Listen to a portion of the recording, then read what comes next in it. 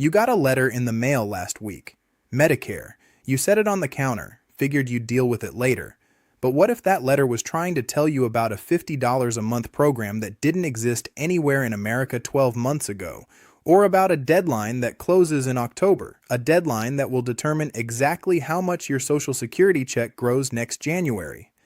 Right now, in the summer of 2026, there are 5 changes happening to Social Security and Medicare at the same time.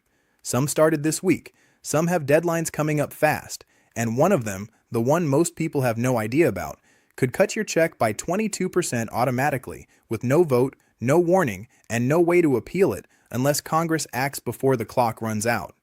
By the time we're done today, you'll know what all 5 changes are, what the real numbers look like, and exactly what to do about each one, starting this week. Stay with me, because the last one is the one that should genuinely keep you up at night, and I'll tell you why most financial channels are getting it wrong.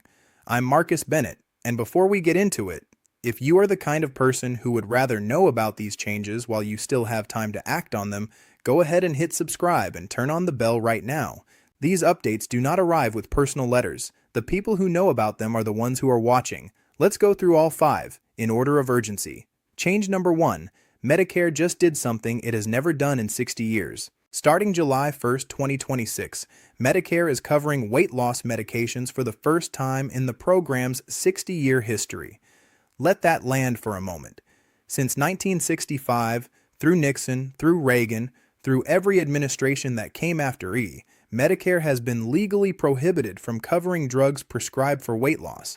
That law has not changed. What changed is that the Centers for Medicare and Medicaid Services used a special demonstration authority to launch what they are calling the Medicare GLP-1 Bridge, a temporary program that runs through December 31st, 2027. Here is what it covers. 3 specific medications: Wegovy, Zepbound, the KwikPen formulation only, and Foundayo. All 3 are FDA approved for weight loss. If you qualify, you pay a flat $50 a month. Not a tiered copay, not a deductible first, a flat $50 whether you are at the starting dose or the highest dose. To understand what that means in real terms, Zepbound has been running as high as $699 a month out of pocket. Wegovy up to $299. For people who have been trying to access these medications and couldn't afford to, July 1st changed the math entirely. Now who qualifies? You must be enrolled in a Medicare Part D plan. After that, eligibility comes down to your body mass index and your health history when you first started GLP-1 therapy. You qualify if your BMI was 35 or higher when you started, or BMI 30 or above with heart failure, uncontrolled hypertension, or chronic kidney disease, or BMI 27 or above with prediabetes, a previous heart attack or stroke, or peripheral artery disease. 2 things you need to know before you get excited. First, the $50 copay does not count toward your annual Part D out-of-pocket cap of $2,100. It sits completely outside the standard benefit. You don't have to meet your deductible to access it, but it also doesn't stack toward your cap. Second, if you are already receiving a GLP-1 drug through your Medicare Part D plan for diabetes, sleep apnea, or a cardiovascular condition, you are not eligible for the bridge. It specifically covers weight management use that was not previously covered. If you think you might qualify, your doctor submits a prior authorization request. KFF estimates that roughly 3.8 million Medicare beneficiaries meet the eligibility criteria. If you are one of them, this week is the time to have that conversation with your provider. Stay with me, because change number 2 is the one with a hard deadline in October, and it determines how much money lands in your account every month starting in January. Change number 2. The 2027 COLA measurement window is open right now. Most people think the Social Security cost of living adjustment just happens every year in January. What they don't know is that the actual number, the percentage increase that decides your check for all of $2027, is being determined right now, in real time, based on what happens to prices this July, August, and September. Here is how it works. The Social Security Administration uses a specific inflation index called the CPI-W the Consumer Price Index for urban wage earners and clerical workers. They take the average of CPI-W readings from July, August, and September of the current year, compare it to the same 3-month average from the prior year, and the percentage difference becomes your COLA. The announcement comes in October. Your first higher check arrives in January. The 2026 COLA was 2.8% D, about $56 more per month on the average benefit. Not enough, according to most retirees who felt prices running far ahead of that number all year. Now here is what the early data for 2027 is showing. The Senior Citizens League, a nonpartisan advocacy organization that tracks this closely, is currently projecting the 2027 COLA at 3.8%. Independent analyst Mary Johnson, who has been tracking this for decades, raised her estimate to 4.7% after May inflation data came in and noted there is a reasonable likelihood it could go even higher depending on energy prices this summer. A 3.8% COLA on the average retired worker benefit of $2,026 per month adds about $77 a month. A 4.7% increase adds around $95. Across 12 months, that difference is real money. But here is the thing most people miss, and Uncle John's audience understands this. A higher COLA is not necessarily good news. It means inflation was running hot during July, August, and September. The raise arrives in January.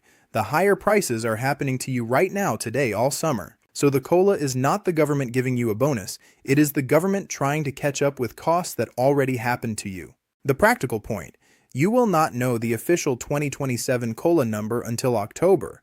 What you can do right now is plan for a range. If you're doing any tax planning, income projections, or Medicare plan comparisons this fall, build in a COLA somewhere between 3.5 and 5% and see how it affects your picture. Don't wait until January to find out what your check is.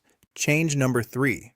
When you call Social Security, you're no longer talking to someone who knows your state. As of March 7, 2026, the Social Security Administration moved from a local field office model to a centralized national service model. This is one of the least covered changes of the year, but for anyone who needs to resolve a complicated benefit issue, it matters more than almost anything else on this list. Here's what changed. Before March 7th, when you called the SSA or visited your local field office, you were typically connected to staff who understood your region, your state's specific Medicaid rules, local procedures, the particular paperwork your office handled. Under the new model, calls are routed nationally. The person who picks up may be located anywhere in the country. They are trained SSA employees, but they may not have the local context that affects your specific situation. The SSA has said that telephone wait times have improved and that 90% of calls are now resolved through automated systems or callbacks. But several senators have formally written to SSA raising concerns about the consistency of information callers are receiving, different agents giving different answers to the same question depending on who picks up. Here's the practical reality. If you need to handle something routine, checking your payment status, updating your direct deposit, downloading your benefit verification letter, reviewing your earnings record, do it online at ssa.gov using your My Social Security account. You avoid the phone system entirely, and the information is accurate. If you have a complicated case, a benefit dispute, a survivor claim, a question about how a recent life change affects your benefit, know before you call that you may need to call more than once. Have your Social Security number ready. Know your specific question in advance. And if the answer you receive doesn't match what you were previously told, call back. The system is in transition, and that transition creates inconsistency. The SSA is also targeting a 50% reduction in field office visits this year, from about 31 million visits annually down to around 15 million. If you prefer handling things in person, do not assume your local office will handle things the same way it did 2 years ago. Stay with me, because change number 4 is the most important one on this list. And I want to walk through the real numbers carefully, because most of what you may have heard about this is wrong. Change. Number 4. The 2032 deadline is real and closer than it sounds. On June 9, 2026, the Social Security Board of Trustees released their annual report. The headline was not good. The Old Age and Survivors Insurance Trust Fund, the fund that pays retirement benefits and survivor benefits to roughly 70 million Americans, is now projected to be depleted in the fourth quarter of 2032. That is 1 full year earlier than the projection from last year's report. 6 years from now. When that fund runs out, Social Security does not stop. That is the most important thing to understand, and it is also the thing most channels get wrong. Payroll taxes keep coming in every pay period. Those taxes fund the majority of benefits. What happens at depletion is this. Incoming payroll tax revenue can only support about 78% of scheduled benefits. That means an automatic cut of 22%, not a vote, not a congressional decision, a mathematical consequence written into existing law, unless Congress acts before then. Let's put that in real numbers. The average retired worker today receives $2,026 per month. A 22% reduction takes that down to roughly $1,580. That is $446 less every single month.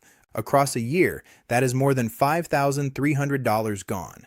For a couple, both receiving benefits, the annual loss could exceed $10,000. And it doesn't just affect future retirees. It affects everyone receiving benefits at that moment, people already in their 70s, 80s, and 90s. Why did the date move up? 2 reasons. First, the 2025 tax legislation reduced income tax liability for Social Security beneficiaries, which lowered the amount of revenue flowing into the trust fund from taxes on benefits. Second, the trustees revised their fertility and immigration projections downward. Fewer workers entering the workforce means fewer payroll tax dollars coming in. The program now faces a 75-year shortfall estimated at $30.3 trillion, up from $26.1 trillion just 1 year ago. Now, what is Congress doing about it? There are proposals on the table. A nonpartisan organization called the Committee for a Responsible Federal Budget has proposed a cap on benefits for high earners. Couples receiving more than $100,000 per year in combined benefits would see payments capped at that level. There is also a bipartisan proposal from Senators Cassidy and Caney that would borrow $1.5 trillion to create a government investment fund. And there are proposals to raise or eliminate the payroll tax cap, which currently sits at $184,500 in 2026. None of these proposals have passed. None are law today. Here is why 2032 feels distant, but isn't. The senators elected in November 2026 will still be serving when the trust fund runs dry. The window for a manageable fix, one that can be phased in gradually without shocking any single group, is open right now and getting smaller every year they wait. Meet David and Patricia. David is 68, Patricia is 65. They retired last year. Together, they receive about $3,800 per month in combined Social Security benefits. David's $2,200 and Patricia's $1,600. They built their retirement budget around that income, plus their savings. A 22% automatic cut does not happen to some abstract future version of them. It happens while David is 74 and Patricia is 71, living on a fixed income they planned years earlier. The cut would take $836 a month out of their budget, $10,032 a year, with no phase-in, no grandfather clause, and no opt-out. What can you actually do about this right now? 3 things. First, do not build a retirement income plan that depends on receiving 100% of your projected Social Security benefit indefinitely. Run your numbers assuming 78 to 80%. If Congress fixes it, you have a cushion. If they don't, you are not blindsided. Second, if you have not yet claimed Social Security and you have flexibility, the claiming strategy conversation matters more today than it did 2 years ago. Getting every dollar of delayed credit you can before any potential reduction is worth modeling carefully. Third, stay informed. This debate is going to intensify through the 2026 election season and beyond. The decisions made in the next 2 to 3 years will determine whether 2032 arrives with a solution already in place or with an automatic cut that lands on 70 million Americans without warning. Change number 5. The scam that is working right now and the exact playbook behind it. I saved this one for last, not because it is the least important, but because knowing it in advance is the only defense that works. Once a scammer has you on the phone, fear takes over. The time to learn the playbook is now, before the call comes. Here is what the numbers look like. In 2025, the Federal Trade Commission received more than 330,000 complaints involving government impersonation, a 25% jump from the prior year. The Social Security Administration is consistently among the most impersonated agencies in the country. Reported losses among adults 60 and older reached $2.4 billion in 2024. The FBI's data on cybercrime losses among that same age group was even higher, $7.7 billion in 2025 alone, a roughly 60% increase from the year before. And both the FTC and FBI are explicit that these figures represent only a fraction of actual losses, since most fraud goes unreported. These are not random phone calls from amateurs. Scammers in 2026 are using AI voice cloning technology to impersonate family members, using as little as 3 seconds of audio pulled from social media. They are using detailed healthcare data stolen in the Change Healthcare breach to personalize calls with your doctor's name and your actual medications. They are sending physical letters printed on what appears to be official SSA letterhead with a QR code or a phone number to call. So here is the exact playbook, the things they will say, in order, so you recognize it the moment it starts. The call opens with urgency. Your Social Security number has been suspended. There is a warrant for your arrest. Your benefits have been flagged for fraud. A problem has been found with your account. The urgency is engineered to interrupt your normal thinking and push you into reaction mode. Then they establish authority. They give a name. They give a badge number. Caller ID shows a government number, possibly the real SSA number. They may already know your birthday, your address, your partial Social Security number. That information is widely available through data breaches. Knowing it does not make them real. Then they ask for action. Pay a fine by gift card. Wire money to a safe account. Withdraw cash for a courier to collect. Buy cryptocurrency. Provide your bank account information to receive a reimbursement. Here is what you need to know cold, so you never have to reason under pressure. The real Social Security Administration will never threaten to suspend your Social Security number. That is not a thing that happens. SSA will never demand immediate payment over the phone by any method. Not gift cards, not wire transfer, not cryptocurrency, not a courier at your door. SSA will never charge a fee to receive your COLA increase. COLA increases are automatic and require no action from you. SSA will never contact you through social media about your benefits. SSA will never ask you to keep a conversation secret. The government communicates by mail. It moves slowly. Anyone on the phone creating urgency and ending with a payment request is not from the government, regardless of what caller ID shows, regardless of how much personal information they already have about you. If you receive a call like this, hang up. Do not press any button, do not say yes to any question, then report it at oig.ssa.gov or call the SSA fraud hotline at 1-800-269-0271 and share this section with someone you know, because the most effective protection against this scam is hearing it described in advance, exactly once, before the call arrives. The people who get caught are the people who had never heard the playbook before. The people who hang up are the ones who recognized it the moment it started. So here is the complete picture. Medicare's GLP-1 bridge launched July 1st. If you have Part D coverage and meet the BMI criteria, your doctor can submit a prior authorization starting now. The $50 copay is real. The program ends December 31st, 2027. The 2027 COLA is being measured right now, this July, August, and September. The announcement comes in October. Early projections range from 3.8 to 4.7%. Plan around a range, not a single number. SSA now routes calls nationally. Use ssa.gov for routine tasks. Know your question before you call. If you get inconsistent information, call back. The Social Security Trust Fund faces a 2032 depletion date and an automatic 22% benefit cut unless Congress acts. Run your retirement income plan at 78 to 80% of projected benefits as a baseline. The fix has to happen before the window closes, and government impersonation scams are at record levels. Know the playbook. Share it with people you care about. Hang up first, ask questions later. This is the kind of information that makes a real difference when you know it in time and costs you dearly when you don't. If this video helped you, do 3 things for me. Hit that like button because it tells YouTube to put this in front of another senior who needs to see it before the deadline passes. Subscribe so you don't miss our next video, where we're going to go deep on Social Security claiming strategy, specifically when waiting until 70 actually makes sense and when it doesn't. And drop the word ready in the comments if you want us to do a full breakdown on what a realistic retirement income plan looks like if that 22% cut actually happens. Retirement should be about living the life you planned for, not scrambling to catch up on changes nobody told you about. I'm Marcus Bennett, and I'll see you in the next one.